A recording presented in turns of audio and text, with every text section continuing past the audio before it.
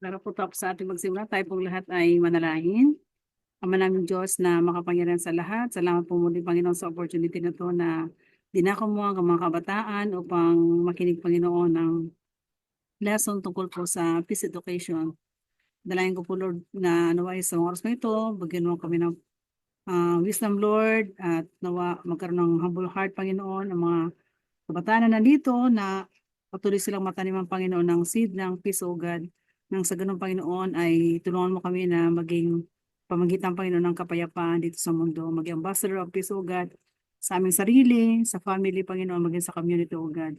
May pagpatuloy na manguna sa amin sa oras mo ito, maging yung mga wala pa po, naway pakasama po namin sila sa oras mo ito. Salamat po muli Panginoon, ito po aming dalangin na may katagumpayan. Sa tanging pangalan ni Jesus, Amen at Amen. Let's glorify God po. So ngayon po ay magsimula tayo sa ating lesson. So, tayo po ay nasa lesson 2 na. Meron po bang nakakaalala ng lesson 1? Title lesson po ng ating lesson 1. Ano po ang pamagat?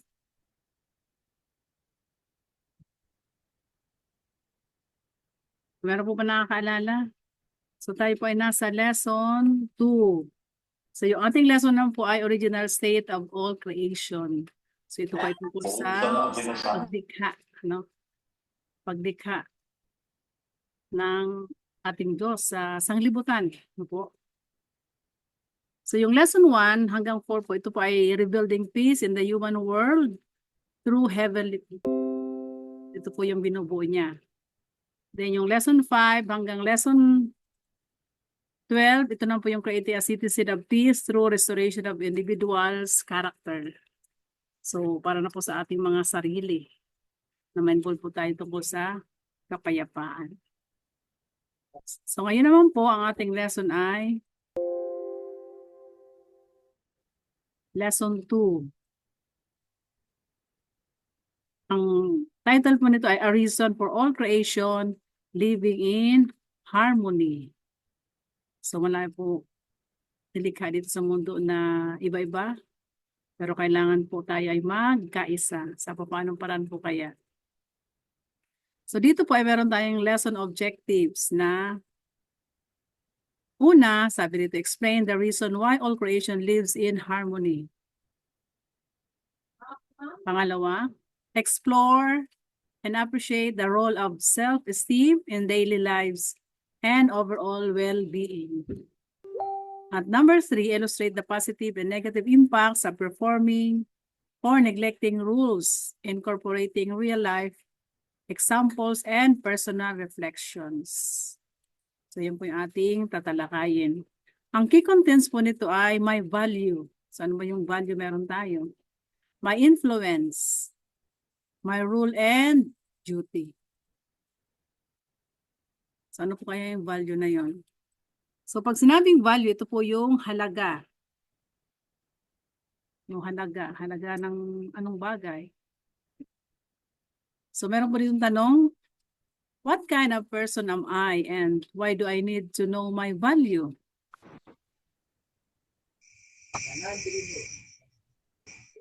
Ang sagot po, I am a valuable person and those who know their value and think of themselves as valuable can respect others by knowing their value as well.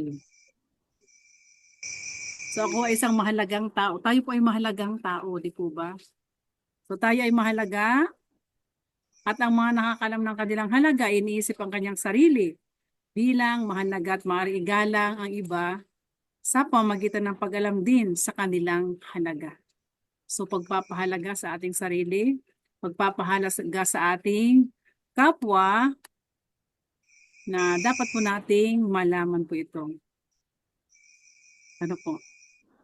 So namuhay tayo sa pagkakaisa. Na walang tao na solo buhay na po. Kung bakit ang lahat ng nilikha ay namumuhay ng magkakaisa, ay lahat sila ay may sariling halaga ng pag-iiral. Mga guro, maaari mong bigyan ng diin. So ito po yung ating pamumuhay. No?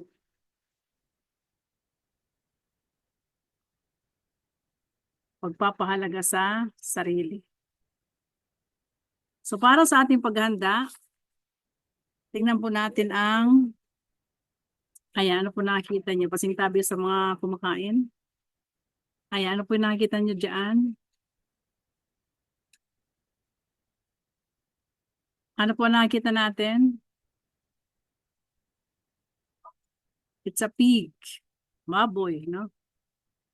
So our farm is very smelly and dirty, sabi po dyan, because of the pig manure, and it takes a lot of time to clean. Did you know that cooking gas can be made from pig manure? Imagine niyo po yan. So sila po ay mga baboy. Ito po ay mga baboy na magtagpo sa bundok, no? Mga native na baboy. So yun po yung native na baboy. So ito po yung ating opening story. So panoorin po natin na mabuti ang video po ito.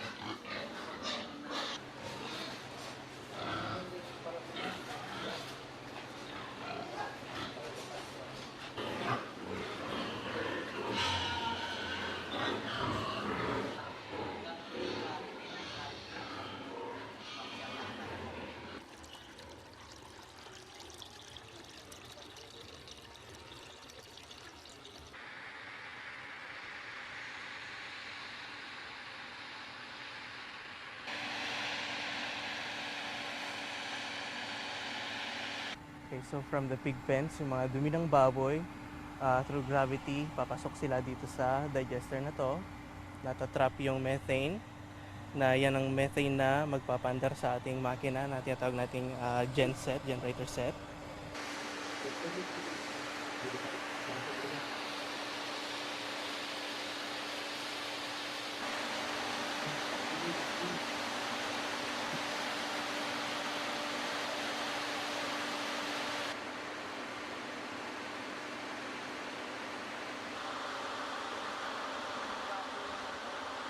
The 5,000 heads of this farm can generate around 100 kilowatts of electricity to power the entire operation of this farm.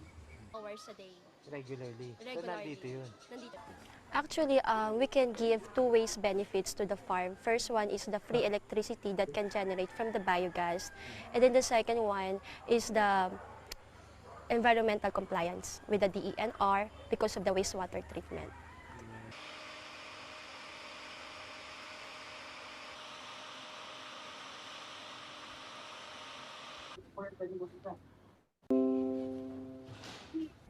Methane is many times more potent than carbon dioxide. And in examples like this, it's very good that methane is captured and used for power generation rather than allowing it to escape into the atmosphere and contributing to greenhouse gas emissions.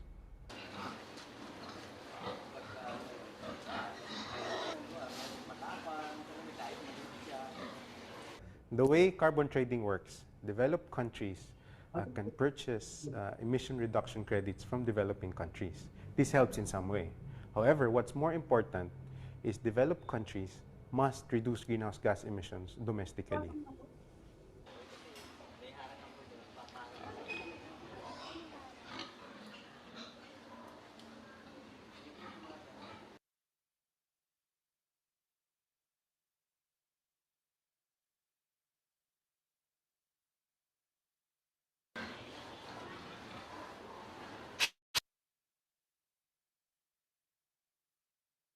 So yun po ang value ng pig manure ay nagagawa po natin magpaandar nito. Nagiging siyang gaas, no? Imagine niyo po yun. Nasa isang pig ay may makukuha ang 3 kilo ng manure per day. So 0.042 cubic meters po by gas day per day, di po ba? So yung 42 liters of biogas a day, good for 2 months of cooking gas. Imagine niyo po yun. In a year, we can save 45,000 people life from pollution.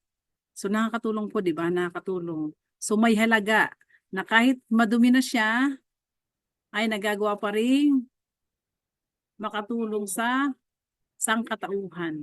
Hindi po ba? No? So, ito po ay ginagawa na ng iba nating mga kababayan ngayon. Nawa, pag ito pa ay na-discover na, so di ba, malaking tulong po sa atin. So from nothing sa dumi ng pig ay makakatulong po sa pang-araw-araw nating kabuhayan. So yun po ang ating pig. Para sa exploration 1, my value. Ano po ba yung value na yon? Ano po ba yung value natin? So sabi po dito, ang tatalakayin po natin dito ay ang halaga ng buhay, a name expressing the value of existence, knowing my value is the basis of harmony, a chance of being born as me and my value. So exploration 1 lang po na ang ating pag-aaralan ngayon. So ano ba yung halaga ng buhay? Nakita mo ba ang larawan? Tingnan natin kung may larawan ba dito. So the value of life.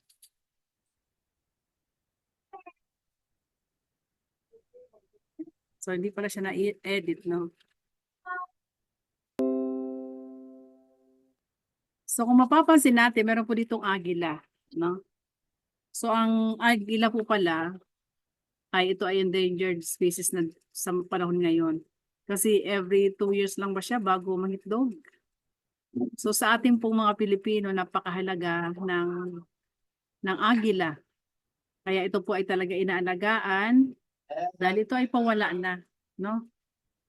So ito din po ang ating pambansang ibon, ay yung agila. Sabi niyan, Philippine eagle only lays a single egg every 2 years. They wait for their offspring to make it independent. So usually within 2 years. So before producing another offspring. So napakahalaga po ng agila dahil ito po ay makabuluhan. No? Ito ay matatag na ibon. Hindi siya basta-basta. Kaya ito po ay napakahalaga sa ating mga Pilipino. Kaya may value din po ito sa ating mga buhay. Ano po? So dito po tayo ay sikat sa buong mundo. So pamagitan po ng agila ito. Kasi iba po talaga yung agila. Kakaiba po siya. Matayog, no? Matayog ang kanyang lipat. So the creation of life is beyond the limit of a human's ability. This is the reason why life is valuable. So parang agila. Sa buhay po natin ay napakahalaga din. So ang buhay ay karaniwang nakikita sa kalikasan kaya mahirap hanapin ang halaga nito. Ang sangkatauhan ay gumawa ng maraming pagsulong sa iba't ibang larangan tulad ng agham, kultura, teknolohiya at marami pa. Gayunman, nang matanto ng mga tao na ang buhay ay hindi maaaring gawing gamit ang agham at teknolohiya. Di pa po hindi naman magagawa ang tao sa mga gamit ang mga bagay po ito. No? So ganap po nilang natapagtanto ang halaga ng buhay. Ang isang tao hindi makakalika ng kahit isang talim ng damo o isang bulaklak na karaniwang tumutubo sa isang bukid. Di po ba din natin kayang gawin yon? Ang paglikha ng buhay ay lampas sa limitasyon ng kakayahan ng isang tao. Ito ang dahilan kung bakit mahalaga ang buhay. Gayon din ang buhay isang beses lamang. Di ba po isang beses lang ang buhay natin. Ang namatay ay hindi na maibabalik ang buhay sa buhay. Sa makatuwid, ang buhay, ang pinakamahalagang pag-aari na hindi maihambing sa anumang bagay, di po ba? Ang katotohanan mismo na mayroong tayong buhay ay nagpapatunay na tayo ay napakahalaga at hindi ito matutumbasan. So yun po yung value ng ating buhay. Kaya dapat po natin itong ingatan. Yan. Kumusta po kayo pala sa mga oras ito sa lugar niyo po? Meron po bang lugar na apektado ng baha? Thumbs up nga po. Okay po naman kay lahat sa mga oras pang ito. So napakahalaga po ng buhay natin kasi ito po ay iisa lang. Kaya dapat nating ingatan at alagaan. So sabi po rito, ayan, nakita niyo ba yung jeep? Ang jeep, no? Siya po ay may pangalan na kung saan, ano po yung halaga ng jeep sa ating buhay, araw-araw. Meron po mga kabanggit, pwede mag-unmute. So sino nakasakay na sa jeep? Sinong nasakay ng jeep araw-araw? So ang pangalang jeep, ang halaga po natin sa atin nito ay transportation, no? Sasakyan po natin na kung saan ito ay naghatid sa atin sa paaralan, sa ating trabaho, o kung saan man po natin gustong pumunta. So yun po yung pangalan na kung saan may halaga. Ano po? Ayan. Next ay ang guro. Ay ano po yung halaga ng pangalang guro? Paano siya mahalaga sa buhay natin? Paano po? So ang guro ay ipinangalang bilang ano po? Magtuturo sa atin, no? So next week po ay pasukan na naman. So napakahalaga po ng guro sa buhay natin dahil sila po yung naghubog sa atin, nagtuturo sa atin ng magandang values, no? Ng tama at mali. So sila po yung pumupuno ng ating tagumpay. So kung wala ang guro, ano po mangyayari sa atin? Hindi tayo makakapag-aral. Ano po?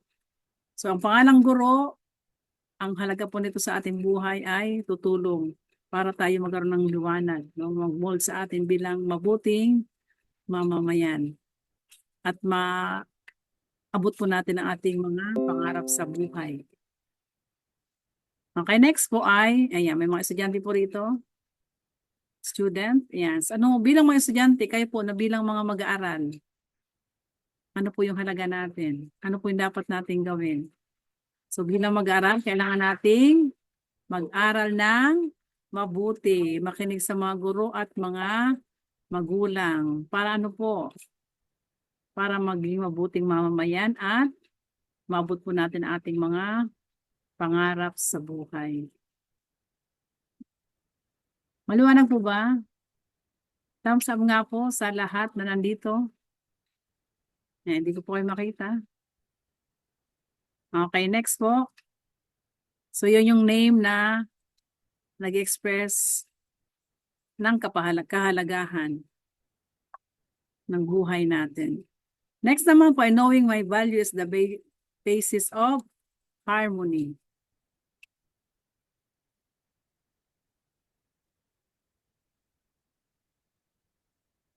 So, ano yung nakikita niyo po dyan?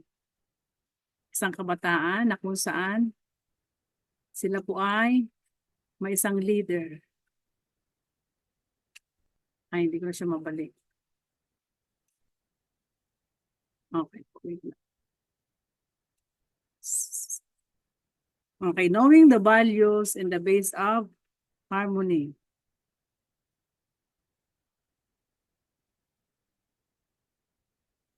So sa isang komunidad na nakita mo natin maraming kabataan dyan. So sila po ay nagkakaisa. Na kung saan pinapahalagahan po ang bawat isa. So may isang leader na kung saan kailangan po nila sundin kung ano yung pinapanukulan ng tao na to. At yung mga nasa likod, sila po yung umuunawa ng kahalagahan kung ano po yung itinuturo po, binibigay ng value ng leader pong ito. Para sila po ay magkaisa. No? Ituro ang paraan kung paano magkaisa sa pamamagitan ng pagsunod. No po? So, knowing my value is the basis of harmony. So, meron po dito mga sagutan. I feel that I am a person of worth, at least on an equal plane with others. So, strongly agree ba kayo? Agree, disagree, strongly disagree. So, naramdaman niyo po rin na kayo ay isang tao na kung saan ay napakahalaga. No? I take a positive attitude toward myself. So, kailangan positibo po tayo lagi. All in all, I am inclined to feel that I am a failure. Siguro hindi naman po ganun. Ano. So, knowing my value is the base of harmony. Ano po ba yung score natin? So, ito ay ano lang naman, survey, no? Para sa ating po mga sarili.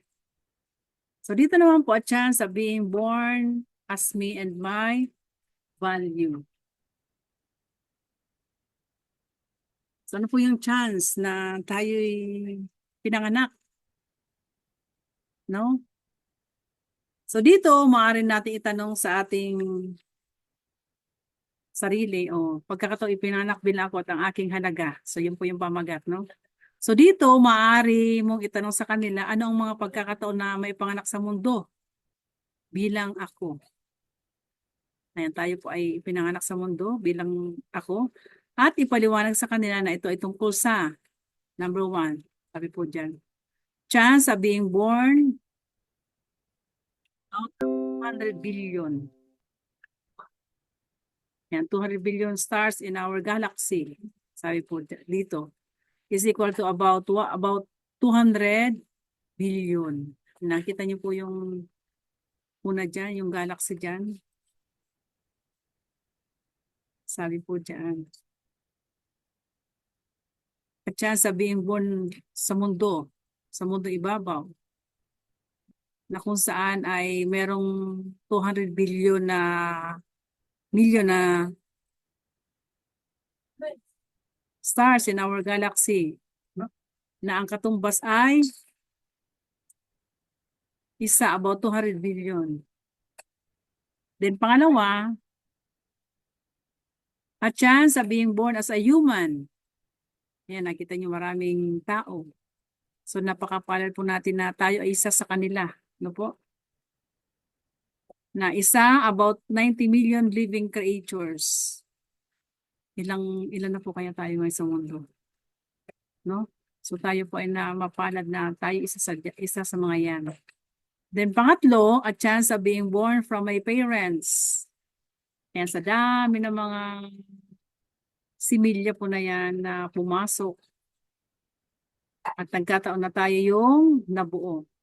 1 out of 300 to 400 mother's egg times 1.4 trillion father's sperm. So tayo po ang mapalad na nabuo. Kung isa sa alang-alang ang bilang na ito, ang katotohanan na ako ay pinanganak sa mundong ito mismo ay isang misteryo. Di po ba? Ang katotohanan na ako ay sinilang sa mundo kung saan mayroong buhay sa lahat ng napakaraming bituin sa kalawakan at na ako ay pinanganak bilang isang tao. Lahat ay isang himala at pagpapala. So ito ay blessing po para sa atin. Humigit kumulang na 7.7 bilyong tao na naninirahan sa mundo ay may sariling katangian. So iba't iba po yan. Kung ilan ang tao sa mundo, may iba't iba po tayong katangian. Di po ba? Maaring may katulad ng pangalan, edad, kasarian o kulay ng balat katulad sa atin. Ngunit walang sino man ang eksaktong kapareho ko. Di ba po kahit kambal nga, di sila magkatulad. Ako mismo at ang aking pag-iiral mismo ay napakalaga at nararapat na igalang. So kailangan po natin gagalang natin ang isa't isa kasi tayo po ay unique. So upang pahalagahan at igalang natin ang iba, dapat magsimula muna ito sa ating sarili sa pamamagitan ng pangunawa sa halaga ng ating pag-iral at pagpapahalaga sa ating sariling buhay. Ang isang tao ay hindi makakalikha ng kahit isang talim ng damo o isang bulaklak, di po ba, na karaniwang tumutubo sa isang bukid o kahit sa amang lupa po dyan. Ang paglikha ng buhay ay lampas sa limitasyon ng kakayahan ng isang tao. Ito ang dahilan kung bakit mahalaga ang buhay. Gayon din, ang buhay ay isang beses lamang. Di ko ba sinabi ko, isang beses lang tayo mabubuhay. Ang namatay ay hindi na maibabalik sa buhay. Sa makatuwid, ang buhay ang pinakamahalagang pag-aari na hindi maihahambing sa anumang bagay. Ang katotohanan mismo na mayroon tayong buhay ay nagpapatunay na tayo ay napakahalaga at hindi ito matutumbasan. Sabihin natin sa sarili natin, ako'y mahalaga. No, mahalaga ang buhay natin.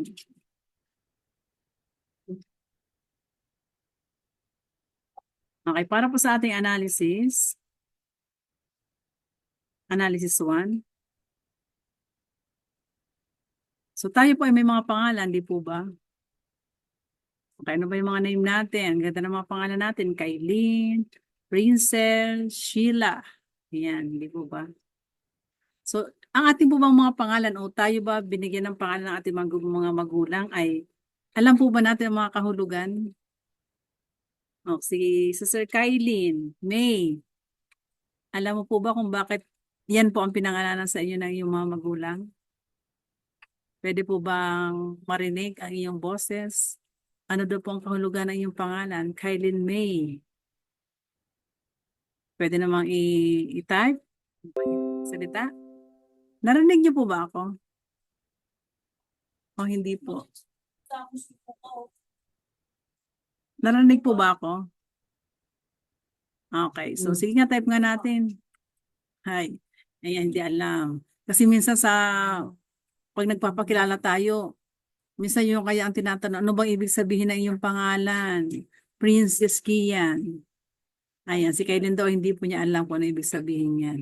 So assignment natin ngayon, bakit yan po ang pinangalan sa inyo, no? O, si Princess Kian naman po. Ano po kaya ang kahulugan ng kanyang pangalan? Kasi po ako po yung prinsesa ng aking mami. Wow, ayan, princess. Siya yung princess ng kanyang mommy. Okay, thank you po. Ang galing naman. Si Sheila kaya, Sheila May. Bakit kaya Sheila May ang kanyang pinangalan? Ang pinangalan sa iyo ng iyong magulang. Meaning po ng Sheila is blind heavenly po. Wow, so heavenly, no? Sheila May. Okay, so ako din, 5 anak ko, pero may mga kahulugan din ang mga pangalan nila. Okay, so napakaganda po, di ba? Sabi niyan, so napakahalaga po noon kung bakit yan ang pinangalan sa atin, di po ba? So kaya bibigyan natin ng halaga, kahit ganyan po yan, ay talagang makabulugan po yan sa ating mga magulang. Ano po?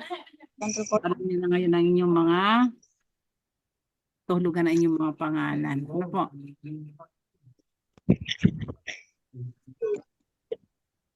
So, maging sa inyong mga pangalan, sa po rin yan, what is the impact of that someone's name when addressing them? Hindi naman po yan.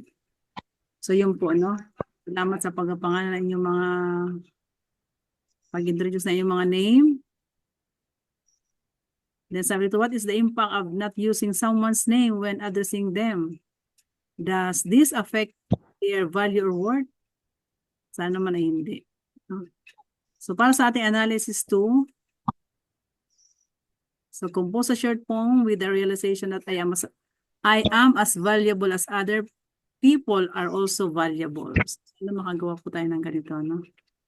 So, para sa itong ating evaluation, what kind of person am I and why do I need to know my value? So, siguro ito po yung ating magiging realization, no? So, sagutan po natin ito sa ating mga notebook at isend po sa ating mga team leader. So, ano lang uri na tayo ng tao? At bakit natin kailangang pahalagahan, alamin ang ating value. So, yun lang po ang ating exploration 1 lang po muna tayo, no? So, ito po yung ating last na assignment ngayon. So, exploration 2 and 3 po tayo ay sa next Thursday. So, salamat sa bawat isa. Tayo po na ay manalangin. Ang Diyos na napila sa lahat. Salamat po Panginoon sa oras po na kami po ay pinaalam mo sa bawat sa amin kung gaano nga po kahalaga ang buhay sa panahon po ngayon sa mundo, Panginoon. Tulungan mo nga po ang bawat sa amin na ito po ay aming pahalagahan, mga bagay na may buhay, Panginoon, sa mundo at higit sa lahat ang aming mga sarili, Panginoon. Tulungan mo kami na maging ang pagpapalaga po natin ay daluyan, Panginoon, ng pagpapala at maging, Panginoon, ng spirit of peace, Panginoon, sa aming mga sarili at sa aming pamilya, God. Salamat mo muli sa oras nito. Ito po aming dalangin. Sa tanging pangalan ni Jesus. Amen at amen. Let's glorify God po. So para po sa ating assignment, ito po, what kind of person am I and why do I need to know more value? Okay, so para sa ating pong paglalarawan, let's take a picture po. Kasi po ako ay may seminar din. So tayo po ay mag-on cam na. Ayan, si Shiala, maganda. Si Daisy. At si Princess. Ayan, mag-picture na po tayo. At yung expiration 2 at 3 po ay sa Thursday na kasi ako may training din po ako ngayon. Alam, madilim kayo. Okay, with the heart reaction. Heart po tayo. Okay. Year 1. Heart na lang yung ibang naka-off cam. Daisy fighting sa yung signal. Okay, heart. Nawala yung mga heart niya. Okay, heart. Okay po. Wait lang. Isa pa. Isa pa.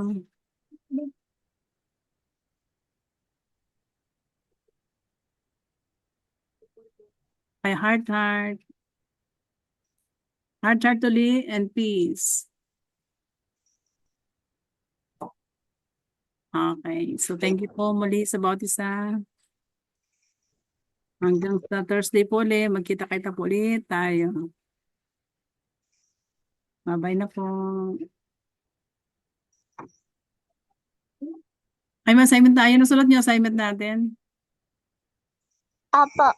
Okay, so sulat na lang po sa notebook ang sagot at picturean, isend sa inyong mga team leader. Bye-bye na po. Ako ay may meeting pa. Bye po. Share lang. End ko na po ito. Bye-bye. Bye po.